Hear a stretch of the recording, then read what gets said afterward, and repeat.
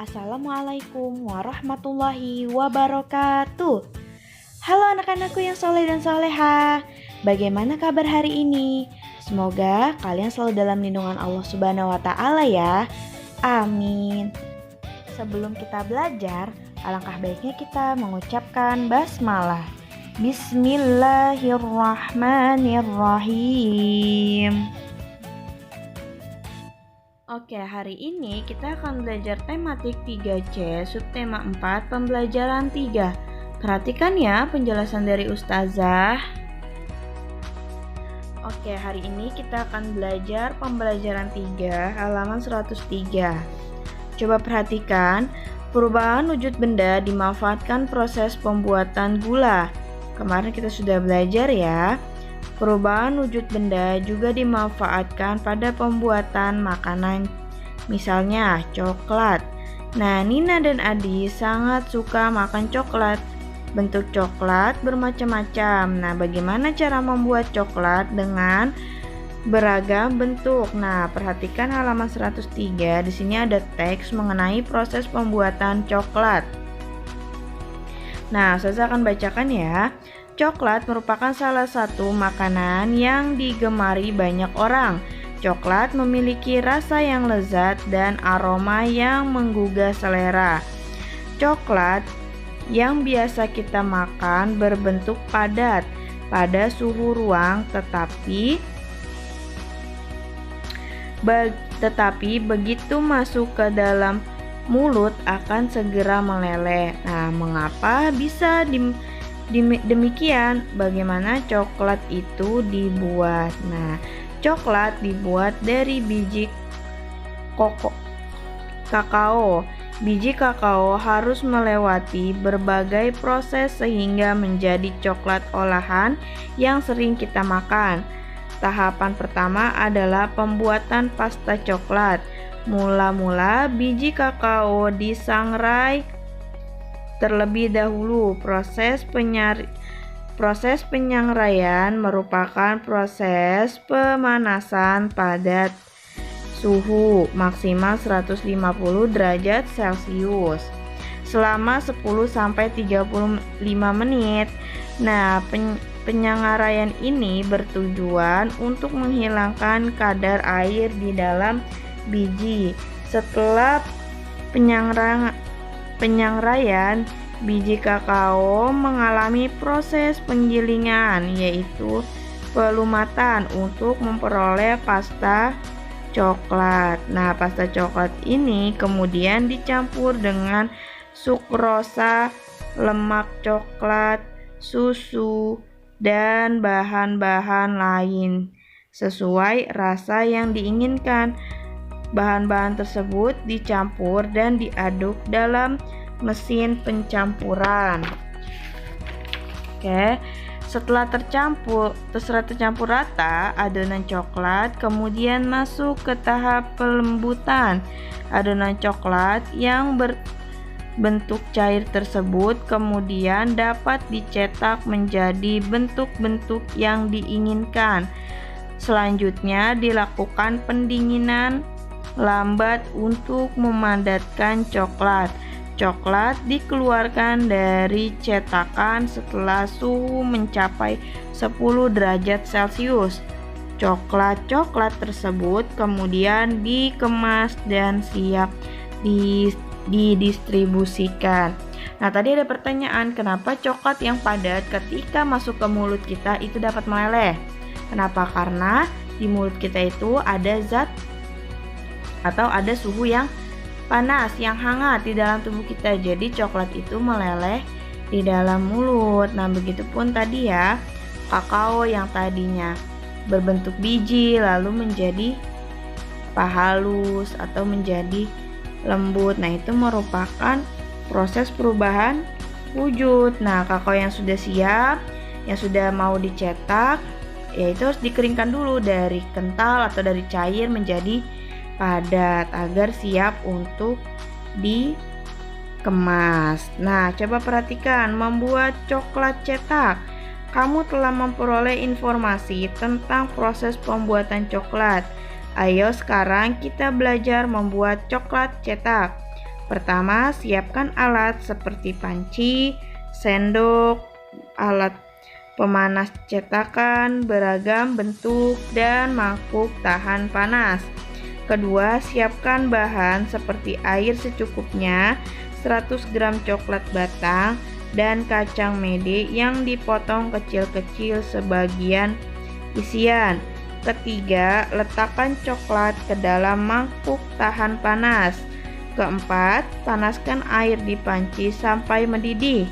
Hati-hati ketika memanaskan air, mintalah bantuan guru atau orang tuamu. Nah, kelima, potong-potong coklat batang menjadi kecil-kecil. Setelah itu masukkan ke dalam mangkuk. Keenam, letakkan mangkuk di alat panci yang sudah diisi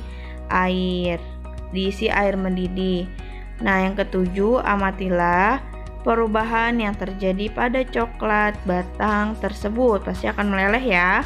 8. Siapkan wadah cetak coklat. 9. Jika coklat telah mencair, angkatlah mangkuk berisi coklat air tersebut. Nah, ke-10, tuanglah coklat tersebut separuhnya pada bentuk cetakan coklat.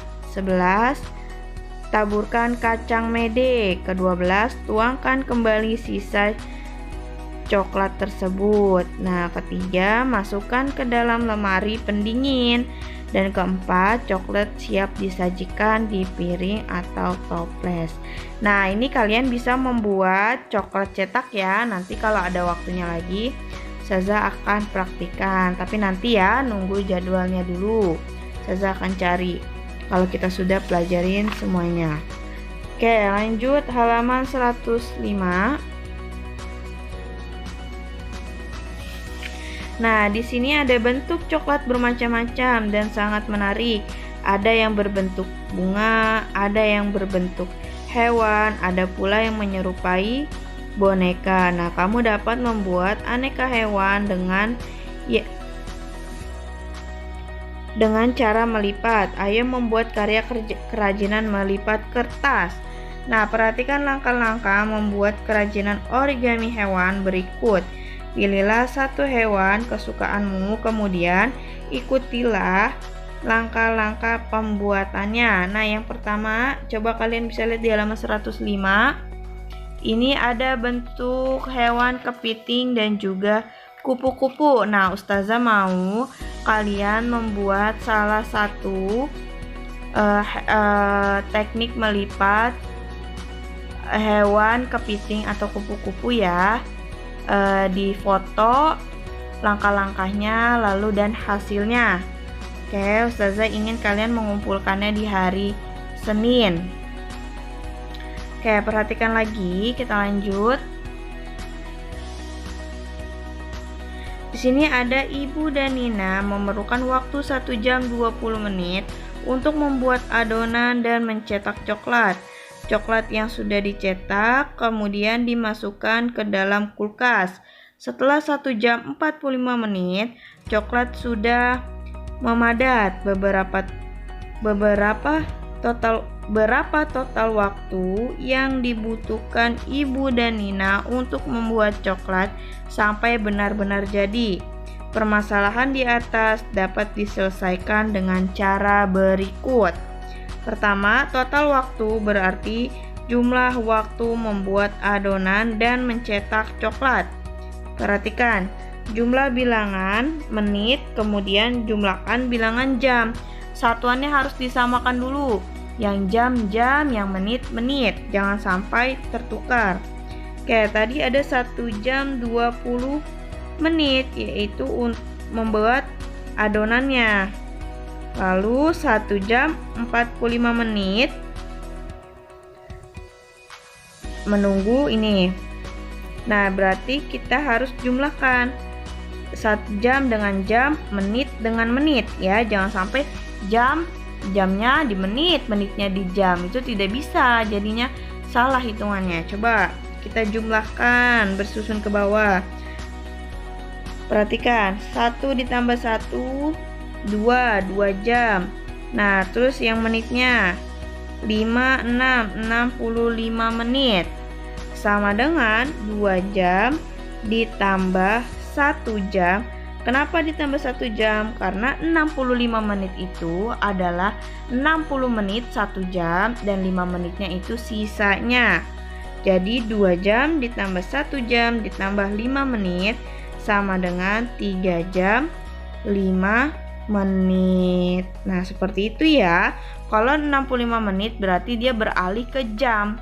Karena 1 jam itu 60 menit. Jadi sisanya kalau 65 menit, 65 dikurang 60 berarti sisanya 5. Tuh.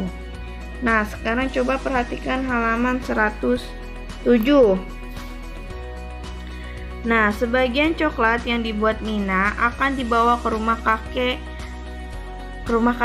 Keluarga Nina akan menggunakan kendaraan umum menuju rumah kakek.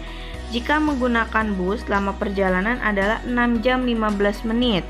Nah, jika menggunakan kereta, lama perjalanan adalah 4 jam 30 menit. Lebih cepat menggunakan kereta ya. Lalu berapa perbedaan waktu menggunakan bus dibandingkan kereta? Nah, ini kalau misalkan ditanyanya perbedaan berarti selisih. Kalau selisih berarti kurang. Nah, perbedaan waktu berarti selisih waktu antara perjalanan menggunakan